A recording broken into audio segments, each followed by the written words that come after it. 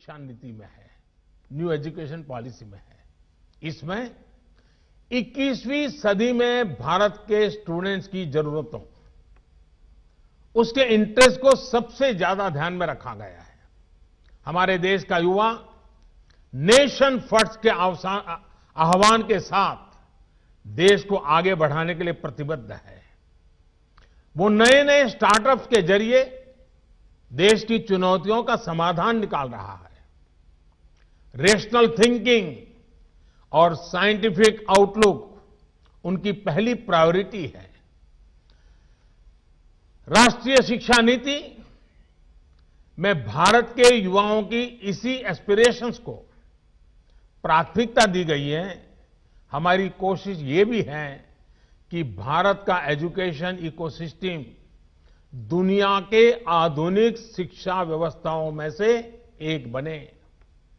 नई national education policy में जो मल्टीपल एंट्री है, एग्जिट पॉइंट की व्यवस्था है, उससे स्टूडेंट्स को अपनी शिक्षा के बारे में फैसले लेने में आसानी हो गई।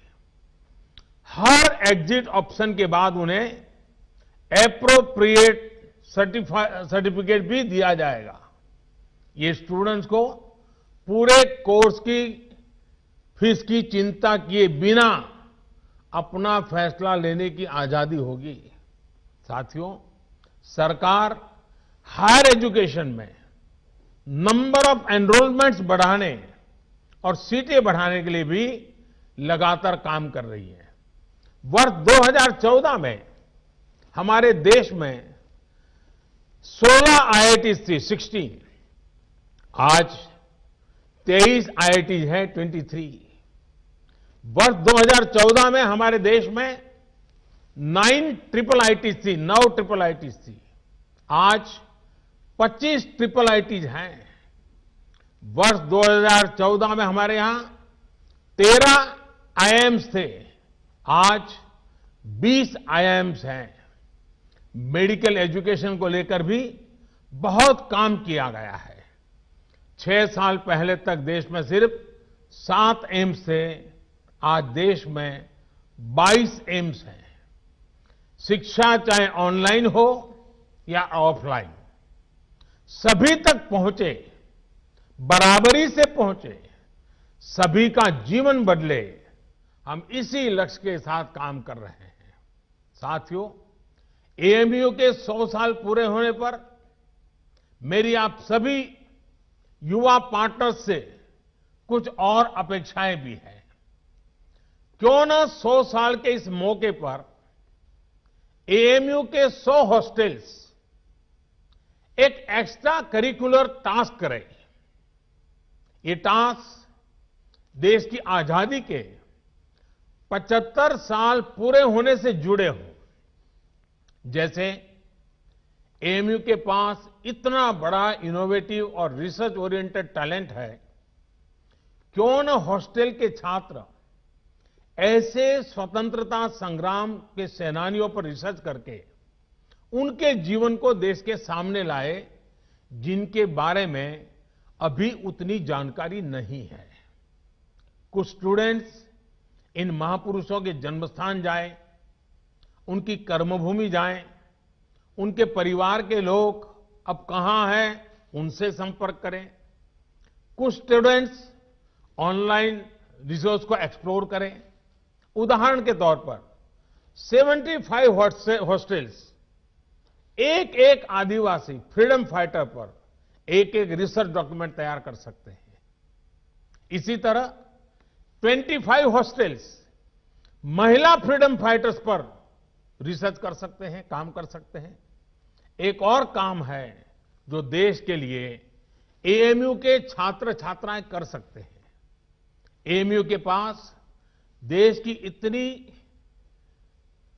बेशकीमती प्राचीन पांडुलिपियां हैं। ये सब हमारी सांस्कृतिक धरोहर है। मैं चाहूंगा कि आप टेक्नोलॉजी के माध्यम से इन्हें डिजिटल, इन्हें वर्चुअल अवतार में पूरी दुनिया के सामने लाएं।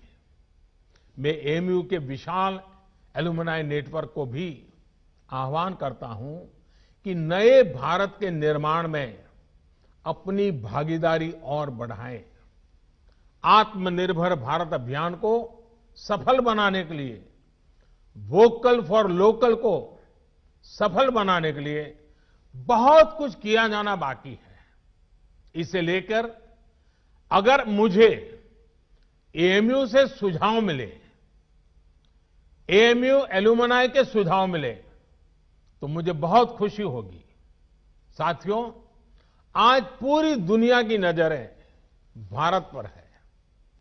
जिस सदी को भारत की सदी बताया जा रहा है, उस लक्ष्य की तरफ भारत कैसे आगे बढ़ता है, इसे लेकर पूरी दुनिया में क्यूरियोसिटी है।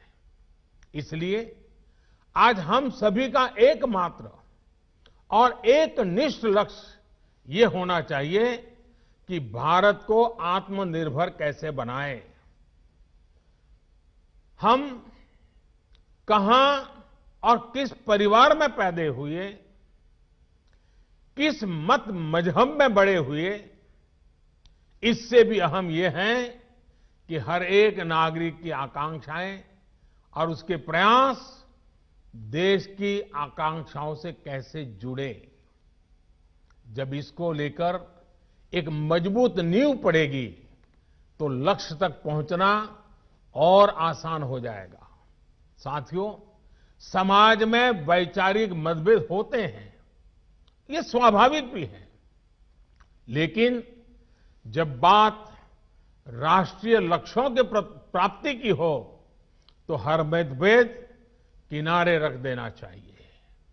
जब आप सभी युवा साथी इस सोच के साथ आगे बढ़ेंगे तो ऐसी कोई मंजिल नहीं जो हम मिलकर के हासिल न कर सके।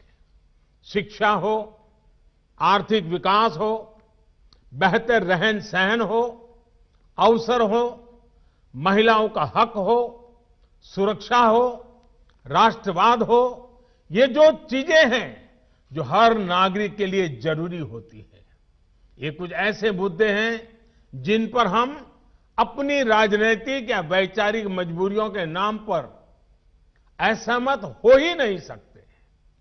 यहां अलीगढ़ मुस्लिम यूनिवर्सिटी में इन मुद्दों पर बात करना मेरे लिए इसलिए भी स्वाभाविक है क्योंकि यहां से स्वतंत्रता के अनेक सेनानी निकले हैं, इस मिट्टी से निकले हैं। इन स्वतंत्रता सेनानियों की भी अपनी पारिवारिक, सामाजिक, वैचारिक परवरिश थी, अपने अपने विचार थे, लेकिन जब गुलामी से मुक्ति की बात आई तो सारे विचार आजादी के एक लक्ष्य के साथ ही जुड़ गए। साथियों, हमारे पूर्वजों ने जो आजादी के लिए किया, वही काम अब आपको, युवा पीढ़ी को नए भारत के निर्माण के लिए करना है। जैसे आजादी एक कॉमन ग्राउंड थी, वैसे ही नए भारत के लिए हमें एक कॉमन ग्राउंड पर काम करना है। नया भारत आत्मनिर्भर होगा, हर प्रकार से संपन्न होगा, तो लाभ भी सभी 130 करोड़ से ज्यादा देशवासियों को होगा।